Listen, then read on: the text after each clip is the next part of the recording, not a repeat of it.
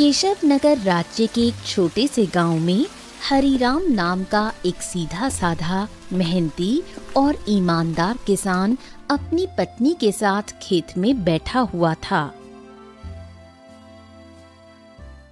देखना, हमारी फसल इस साल बहुत अच्छी होगी। हाँ, क्योंकि मेरी मेहनत के साथ साथ मेरे खेत की जमीन पर तुम्हारी मेहनत का पसीना भी शामिल है अर्चना। हाँ। नहीं, सारे गांव में केवल तुम ही मेहनती और ईमानदार हो।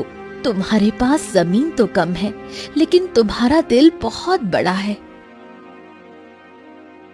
कुछ देर बाद दोनों पति पत्नी घर चले गए।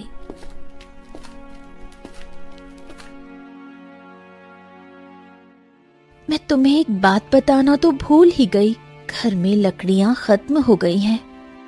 अरे चिंता मत करो, मैं कल सुबह सबसे पहले जंगल में लकड़ियां काटने के लिए ही चला जाऊंगा।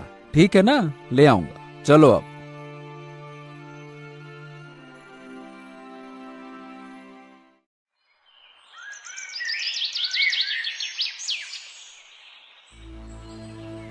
अगली सुबह हरिराम लकड़ियां काटने के लिए जंगल चला गया।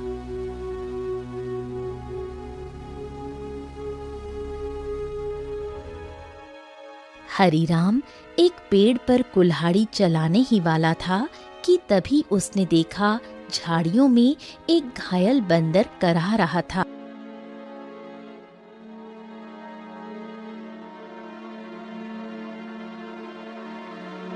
हे भगवान, बाप रे, इस बंदर को तो लगता है किसी ने बुरी तरह से घायल कर दिया है। जरूर किसी जंगली जानवर ने इसके ऊपर हमला किया होगा।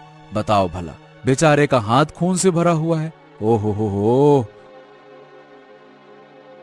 हरिराम बंदर के पास बैठा था। काश तू बोल सकता तो बता सकता कि तेरी तकलीफ कहाँ है। फिलहाल तो तेरे हाथ में खून दिख रहा है, लेकिन जिस तरह से तू दर्द से तड़प रहा है ना, बाप रे, तकलीफ तो कहीं और ही है। उसी समय वहां एक साधु आ पहुंचा। कौन हो तुम और बंदर से क्या बातें कर रहे हो? प्रणाम साधु महाराज, मैं तो बस लकड़ियां काटने के लिए जंगल में आया था। इस घायल बंदर को देखा तो इसके ऊपर तरस आ गया। लगता है किसी जंगली जानवर ने हमला किया है इसके ऊपर। देखिए ना, इसके हाथ से खून बह रहा है, लेकिन जिस तरह ये दर्द से तड़प रहा है, मुझे तो लगता है कि इसे कहीं और ही तकलीफ है।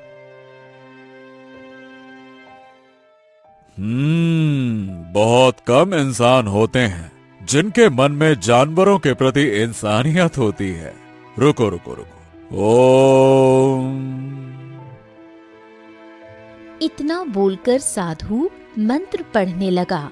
अचानक रंग बिरंगी किरणों से बंदर का जख्म सही हो गया। हाँ, अब ये बंदर तुम्हें बता सकता है कि इसकी तकलीफ कहाँ है। इतना बोलकर साधु वहां से चला गया। बंदर उठकर खड़ा हो गया। मेरे कंधे में बहुत दर्द हो रहा था। हाँ, अब अच्छा लग रहा है। एक शेर ने मुझ पर हमला किया। मैं बचने के लिए दूसरे पेड़ में कूदा। शेर का पंजा मेरे हाथ में लगा और मेरा हाथ घायल हो गया। मैं पेड़ ही नहीं पकड़ पाया और मैं जैसे ही नीचे गिरा, बाप रे बाप, मेरे कंधे में बहुत चोट लग गई थी। अरे, तुम तो बिल्कुल मनुष्य की आवाज में बात कर रहे हो। ये कैसे संभव हुआ? जब साधु ने मंत्र पढ़ा ना, तब मुझे ऐसा लगा कि मेरे अंदर बात करने की शक्ति आ गई है। मैंने बोला और मेरी आवाज तुम तक पहुंच गई। लगता है ये चमत्कार साधु बाबा ने किया है। हाँ।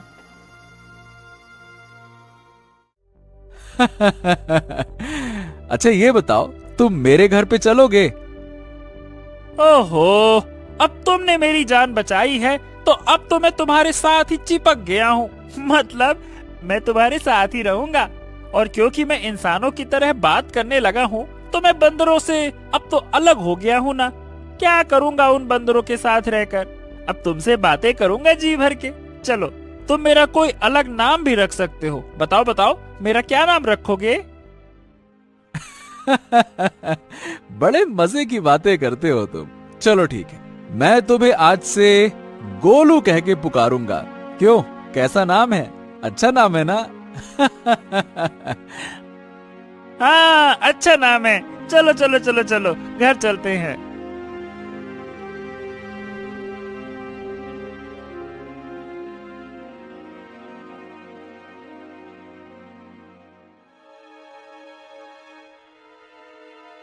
अरे, ये जंगल से तुम बंदर को क्यों पकड़ लाए? हरीराम पूरी घटना अर्चना को बताने लगा। क्या क्या वास्तव में बंदर बात कर सकता है? अरे तुम स्वयं पूछ लो। क्या नाम है तुम्हारा? मेरा नाम गोलू है। हरीराम ने मेरी जान बचाई है और अब मैं उसका साथी हूँ। साथी क्या, अब तो मैं तुम्हारे परिवार का हिस्सा हूँ। हाँ। अर्चना आश्चर्य में पड़ गई। समय बीतने लगा। गोलू की मौजूदगी घर में नई जान ले आई थी।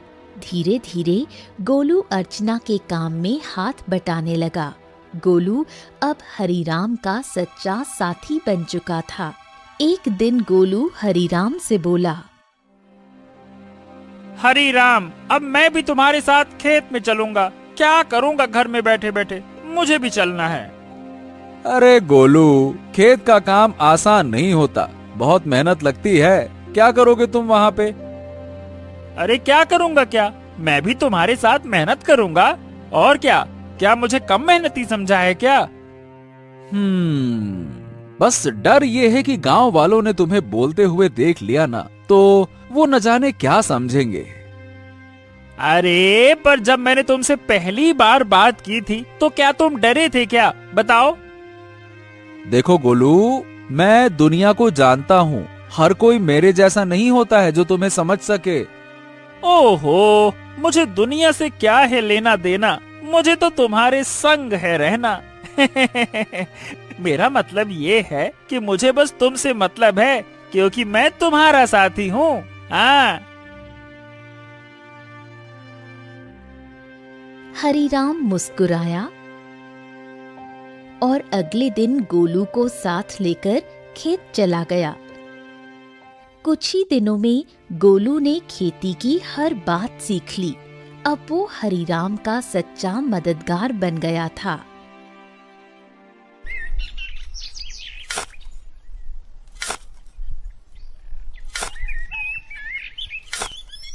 हरीराम, अरे आज की मिट्टी तो बहुत भारी लग रही है।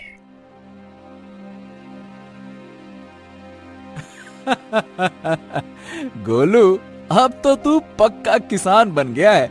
मिट्टी का भी फर्क समझने लगा है।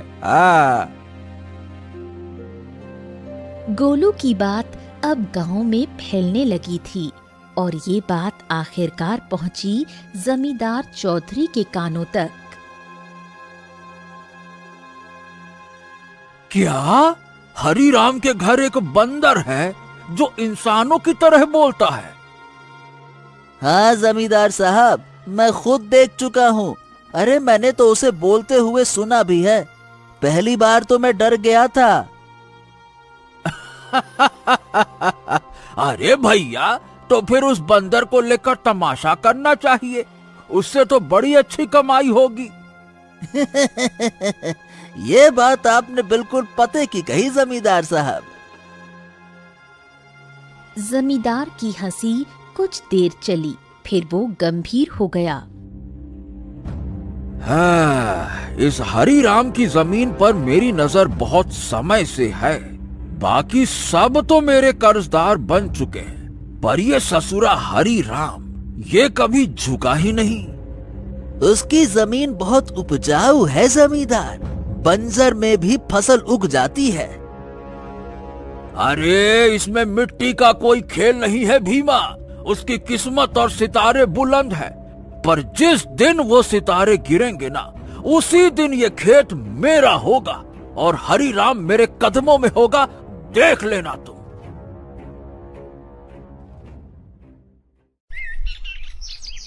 समय ऐसे ही बीतने लगा।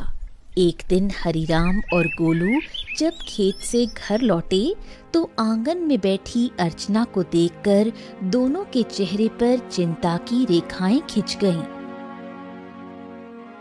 अरे अर्चना, क्या हुआ? ये कैसी खांसी है?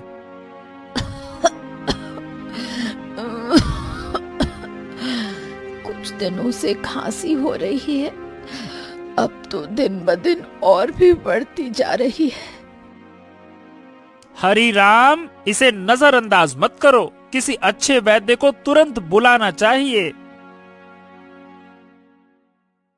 हरिराम ने देर न करते हुए गांव के एक अनुभवी वैद्य को बुला लिया।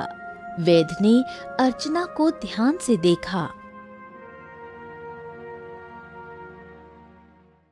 हरिराम, देखो, इन्हें एक विचित्र बीमारी हो गई है।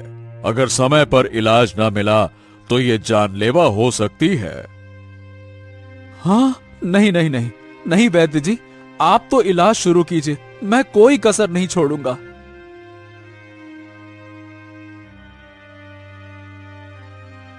उस दिन से हरिराम का सारा धन अपनी पत्नी के इलाज में लगने लगा। हफ्तों बीतते गए और एक दिन ऐसा आया जब उसकी सारी जमा पूंजी खत्म हो गई। उस दिन हरिराम घर पर अकेला बैठा था।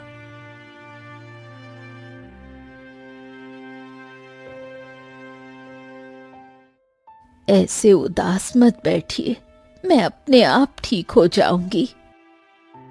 ऐसा ऐसा मत कहो अर्चना, मैं तुम्हें इस हालत में नहीं देख सकता। तो अब क्या करोगे? जो कुछ था सब तो मेरे इलाज में लगा दिया। अब तो बीज खरीदने तक के पैसे नहीं बचे। हरिराम सिर झुकाए बैठा था। तभी गोलू तेजी से दौड़ता हुआ आया। हरिराम, हिम्मत मत हारो, तुम्हारे दो भाई इस गांव में रहते हैं और तुमसे ज्यादा धनी भी हैं। उनसे मदद क्यों नहीं मांगते हो, हैं? हरिराम को ये बात ठीक लगी। उसी शाम वो गोलू को साथ लेकर अपने बड़े भाई केशव के घर गया। ओहो, हरिराम, क्यों भाई, आज हमारे घर का रास्ता कैसे भूल गए हैं? भैया, अर्चना की बीमारी के बारे में तो अब गांव में सब जानते हैं। मैंने जो कुछ कमाया सब इलाज में लग गया। अब कुछ धन की जरूरत है भैया। तुम तो जानते हो मेरी फसल इस बार खराब हुई है। अब खुद मुझे उधारी लेना पड़ रहा है तो मैं तुम्हें कहां से दूं? हरिराम कुछ नहीं बोला, सिर झुकाकर बाहर निकल आया। अरे वो झूठ बोल रहा था हरिराम, मैंने उसके चेहरे को देखा है, वो देना ही नहीं चाहता था। हाँ, जानता हूँ रे गोलू, पर चलो, एक और भाई है, उनसे मिलते हैं, चलो। अब दोनों बिरजू के घर पहुंचे। बिरजू ने दरवाजा खोला और हरिराम को देखकर चौंक गया। ओ हरिराम, आज भाई की याद कैसे आ गई? भैया, मेरी पत्नी अर्चना बहुत बीमार है, थोड़ा सा धन चाहिए इलाज के लिए। क्या? अरे बंटवारे में वैसे भी तुझे ज्यादा जमीन मिल गई थी, उसे बेच नहीं देता? मेरे पास धन का पेड़ लगा है क्या जो मांगने चला आया? झूठ मत बोलो भैया, सच तो यह है कि तुमने और केशव भैया ने मेरे हिस्से की जमीन भी दबा ली थी। मुझे 6 बीघा जमीन मिलनी थी, बस 2 बीघा मिली है, 2 बीघा। अरे निकल जा यहाँ से, अगर कर्ज लेना है तो जमींदार के पास जा, मुंह उठा के चले आते, भाग यहाँ से।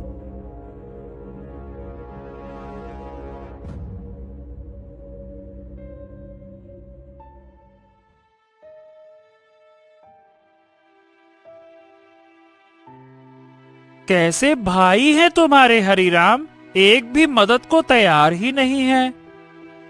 हाँ, इस दुनिया में इंसान ऐसे ही होते हैं, मतलबी, अपना पराया कुछ नहीं देखते। तो अब क्या करोगे?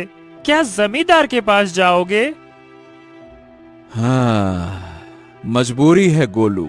मैं नहीं जाना चाहता था, इसीलिए तुम्हारे कहने पे भाइयों के पास गया। अब तुम ही बताओ, मेरे पास और क्या रास्ता बचा है, बताओ।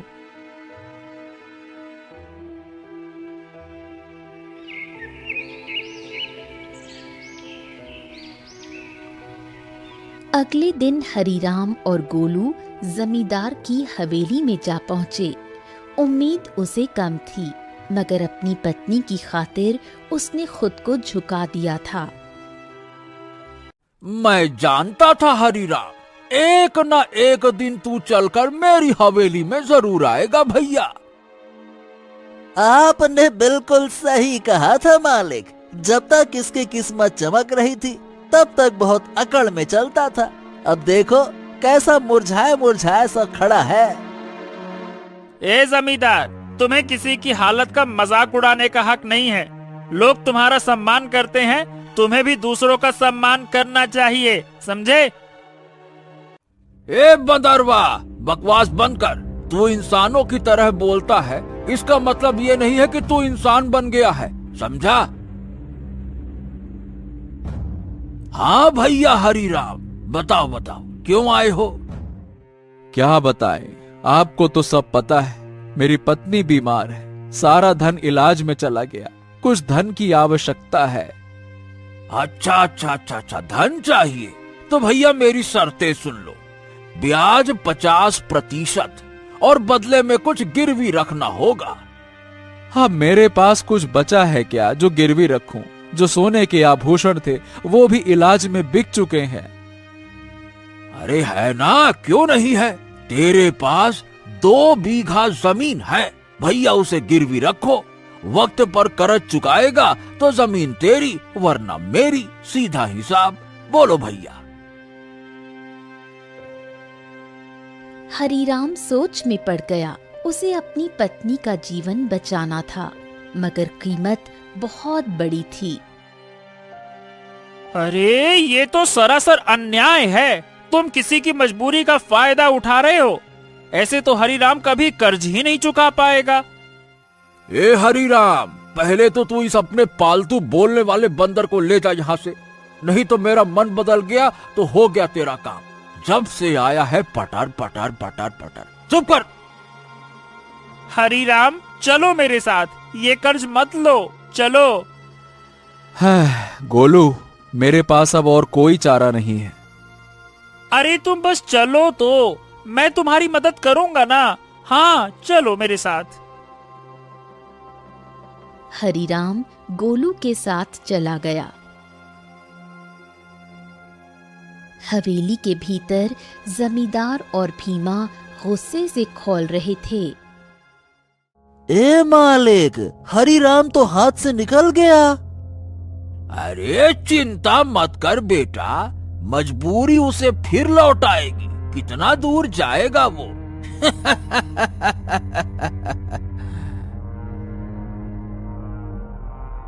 हरीराम गोलू के साथ घर पर आ पहुंचा और गोलू तुरंत वहां से चला गया।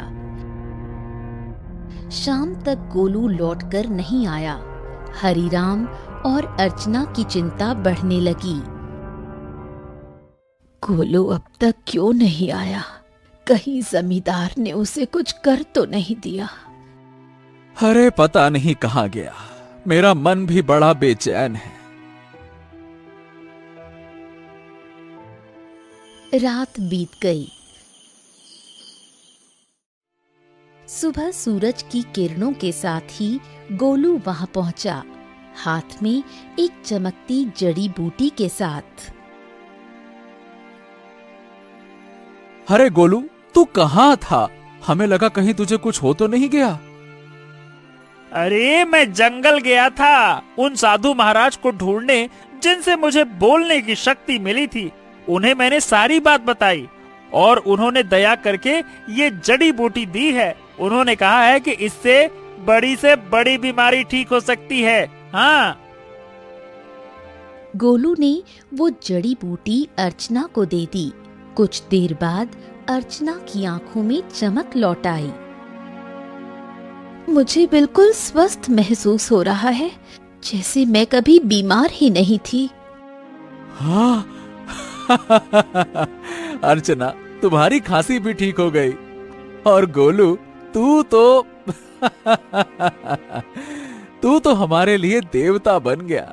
अगर तू नहीं होता तो मैं जमींदार से कर्ज लेकर अपनी खेती भी खो बैठता।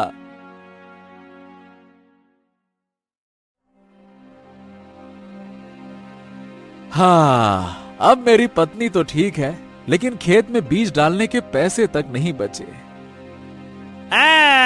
मैं जानता था कि अर्चना के ठीक होने के बाद तुम्हें बीज की जरूरत पड़ेगी, इसीलिए मैं साधु महाराज से बीज भी लेकर आया हूँ। हाँ, ये देखो।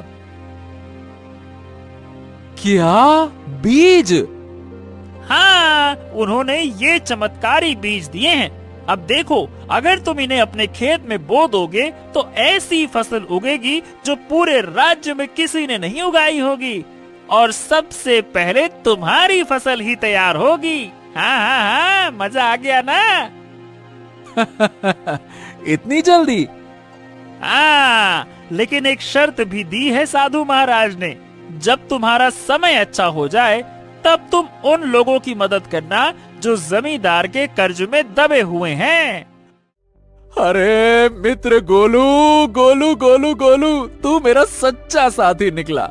हम दोनों मिलकर अच्छे से खेत में फसल बोएंगे। चल मेरे भाई।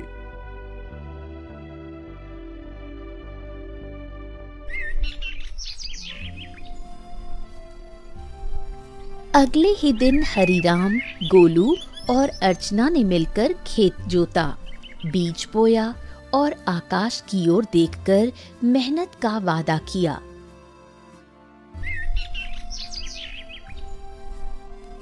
कुछ ही दिनों में हरिराम के खेत में ऐसी फसल लहराई जैसे किसी ने पहले कभी नहीं देखी थी। गांव वाले चकित रह गए। अरे देखो रे देखो, हरिराम के खेत में तो जैसे सोने जैसी फसल लहरा रही है। हाँ हाँ हाँ हाँ हाँ। हाँ, हमारी फसल तो अभी जामी भी नहीं है और इसकी तो फसल भी तैयार हो गई।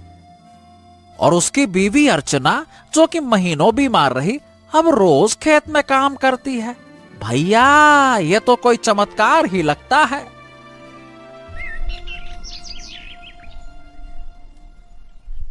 कुछ दिनों बाद हरिराम की किस्मत बदल गई। चमत्कारी फसल ने उसे गांव का सबसे सफल किसान बना दिया। बाजार में उसके नाम की चर्चा फैल गई। हरि राम, जपो राम नाम, बन गया तू धनवान। जो सोचा था वो हो गया सच।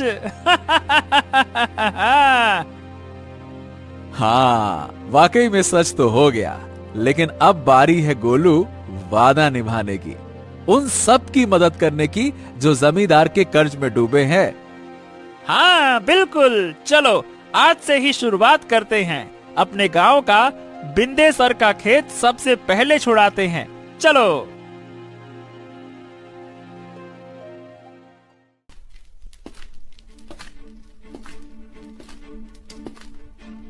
हरिराम और गोलू ने अपना मुनाफा इकट्ठा किया और एक एक कर गांव वालों का कर्ज चुकाने लगे। बिंदेसर, भोलू, रज्जो सभी ने अपनी जमीन वापस पा ली। हरिराम भैया, आज आपने हमें नया जीवन दे दिया। सही बताओ, बिल्कुल, बहुत बहुत धन्यवाद। गांव में खुशी लौटने लगी, लेकिन जमींदार के चेहरे पर उदासी छा गई। ये सब देखकर जमींदार गुस्से से अपने साथी भीमा से बोला, ए भीमा, तू देख रहा है ना कि क्या हो रहा है? हाँ मालिक, हरिराम ने सबके कर्जे चुकाने शुरू कर दिए हैं। अगर यही चलता रहा तो एक दिन तो मेरी जमींदारी ही खत्म हो जाएगी और मेरा दबदबा भी खत्म हो जाएगा। आप तो आदेश दीजिए मालिक की, करना क्या है? अब बहुत हो गया भीमा। अगर ये हरिराम ऐसे ही सबकी जमीन छुड़वाता रहा तो मेरा क्या बचेगा? मेरा दबदबा, मेरी हवेली है। अरे मालिक, आप तो बस आदेश कीजिए, कल ही उसका काम तमाम कर दूंगा। सब खेत में काम करते हैं, वही खत्म कर दूंगा। कहिए। खून जमीन पर गिरे ऐसा मारना साले को, ताकि सबके दिल में डर उतर जाए। जा, हरिराम को मिटा दे, जा।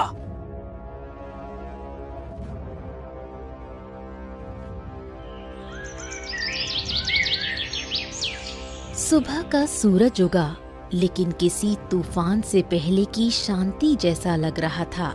हरिराम खेत में बीजों को देख रहा था, जो अब सोने जैसे चमकते दिखते थे। अरे गोलू, देख तो, ये फसल तो जैसे गाना गा रही हो। तुम्हारे हाथ की छुअन में जादू है। हाँ, बिल्कुल सही कह रहे हो मित्र। इस बार की फसल सोने की फसल जैसी उगती हुई दिख रही है। वाह वाह वाह वाह वाह वाह। इतना बोलकर अचानक गोलू एक ओर हट गया। सच तो ये था कि गोलू को किसी की आहट की भनक लग चुकी थी। तभी वहां जमींदार और भीमा आ पहुंचे।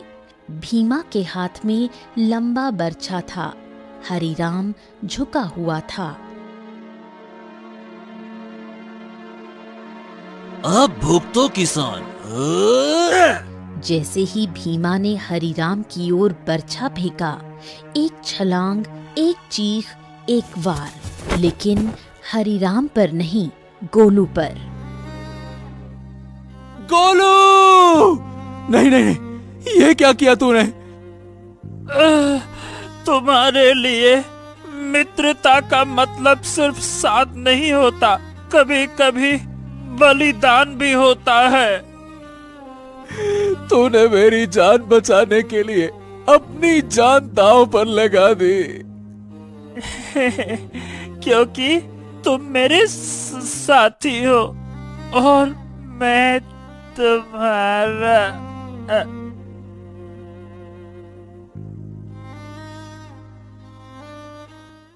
जमींदार और भीमा अविश्वास भरी नजरों से घायल गोलू को देखने लगे। भीमा जमींदार की ओर देखकर बोला, अरे ये क्या जमींदार, इस मूर्ख बंदर ने तो हरिराम के ऊपर लगने वाला वार अपने ऊपर ले लिया। हाँ, तुमने सही कहा, लेकिन मैं फिर भी हरिराम को जीवित नहीं छोड़ूंगा। इतना बोलकर जमींदार गोलू की ओर देखकर क्रोधित अवस्था में बोला, अरे तू मूर्ख का मूर्ख बंदर ही रहा। अरे तू इंसानों की तरह बोल सकता था और इंसानों की तरह रहने लगा था, लेकिन तू इंसानों की तरह चतुराई नहीं सीख सका। तुझे क्या जरूरत थी अपने ऊपर वार लेने की? क्या आवश्यकता थी बलिदान देने की? मूर्ख बंदर कहीं का, तूने मेरे सारे किए कराए पर पानी फेर दिया। लेकिन तुझे क्या लगता है कि मैं हरिराम को जीवित छोड़ दूंगा? नहीं, मैं हरिराम को जीवित बिल्कुल नहीं छोड़ूंगा, क्योंकि उसकी वजह से ही मेरा गांव में दबदबा समाप्त हुआ है।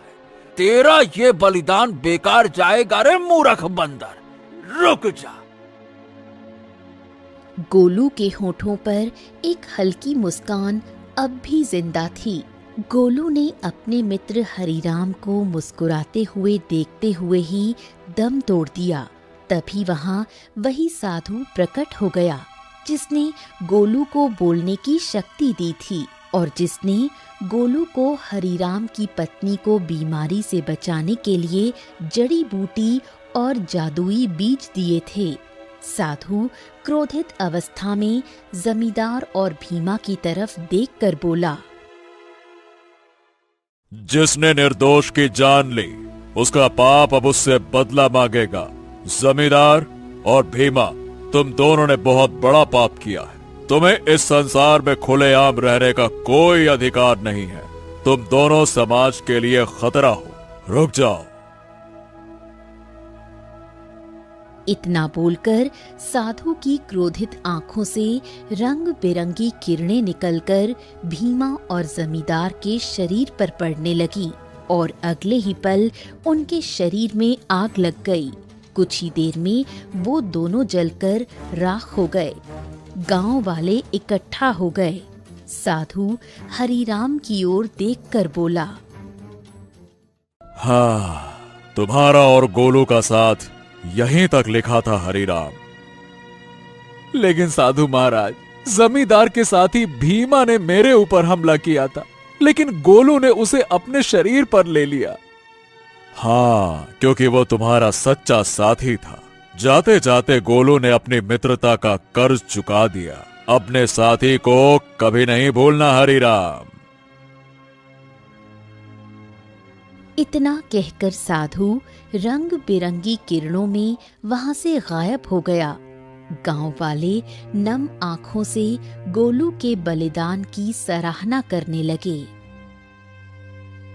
अरे ये कोई साधारण बंदर नहीं था भैया, देवता था देवता, हरिराम का सच्चा साथी। हाँ भैया, इसने अपनी जान दे दी और हम सबको बचा लिया। बहुत अच्छा बंदर था। कुछ दिनों बाद हरिराम ने नम आंखों से गोलू की याद में उसी खेत में एक पौधा लगाया जो आगे जाकर बना साथी वृक्ष। गोलू, तेरे बिना सब अधूरा लगेगा, लेकिन तू मिटा नहीं। तू हर उस फसल में है जो इस धरती से उगेगी। कभी कभी सच्चा साथी इंसान नहीं होता, वो एक जानवर हो सकता है जो बिना शर्त प्रेम करे, रक्षा करे और अगर जरूरत पड़े तो जीवन भी दे दे।